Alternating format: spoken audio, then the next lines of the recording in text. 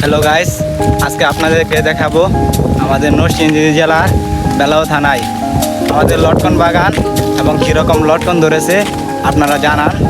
এবং আশা করি আমাদের বেলাও থানায় অনেক লটকন ধরেছে, এবার আলহামদুলিল্লাহ অনেক লটকন ধরেছে। এবার আমাদের বাগের থেকে প্রায় ভালোই লাভ হয়েছে, আগের বার থেকে অনেক লাভ হয়েছে। ব্যাপারী কাছে পাইকারি দরে বিক্রি করে দিয়েছি, তবে অ্যামাউন্টটা না জানাই ভালো, আমি যেটা মনে করি।